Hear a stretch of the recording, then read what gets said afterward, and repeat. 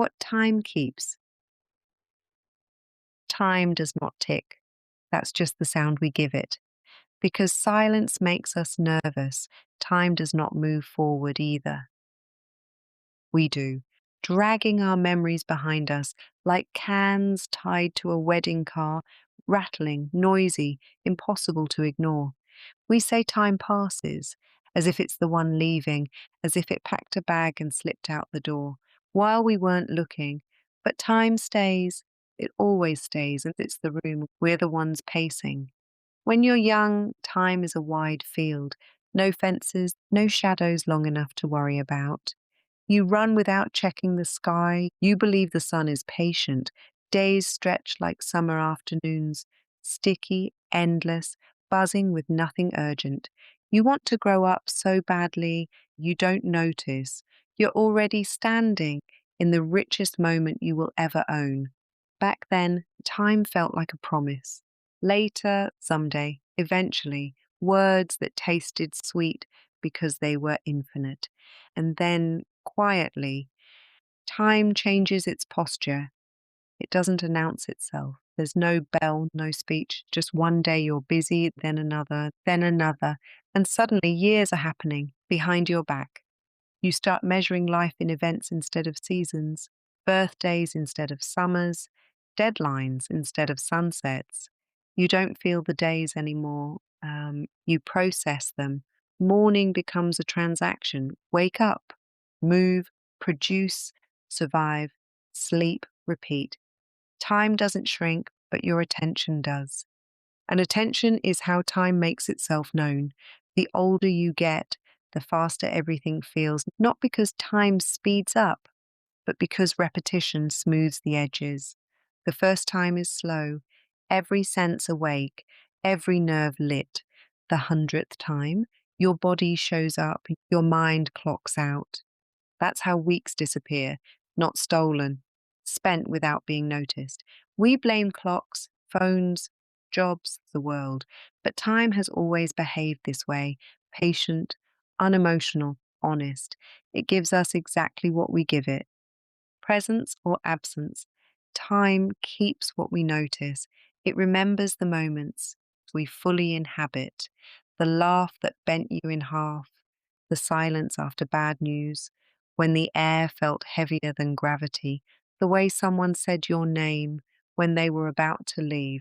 Those moments don't fade. They live outside the calendar because time is not a line, it's a container, and what we put inside it is what survives. Grief teaches this better than anything. Loss fractures time. Suddenly there's a before and an after, and nothing bridges them cleanly. You'll hear people say, time heals. It doesn't. Time doesn't heal, time holds. It holds the pain until you learn how to carry it differently, until the sharpness dulls, until the weight redistributes. The scar doesn't vanish, it just stops screaming. And love. Love bends time in the opposite direction.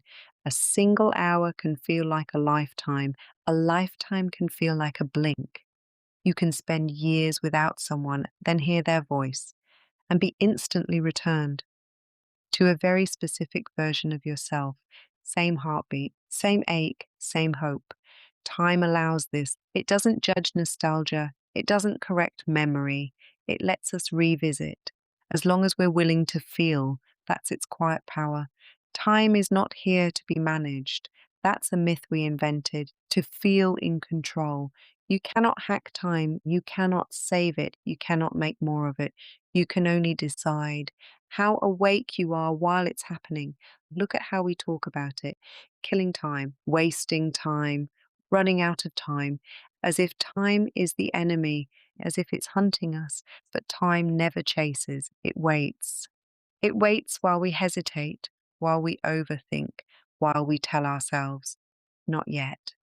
And someday, without drama, there are fewer not yets left to spend. That's not fear, that's clarity. Because the truth is, time isn't asking to be feared, it's asking to be met in the small moments. We keep postponing the call you haven't made, the apology you rehearsed but never delivered, the thing you love, that you only do.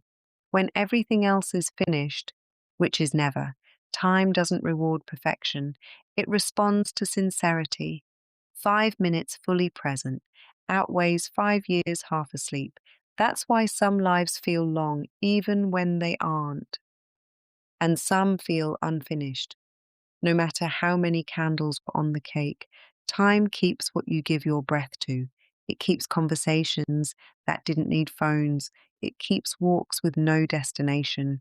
It keeps the risk you took when the outcome wasn't guaranteed.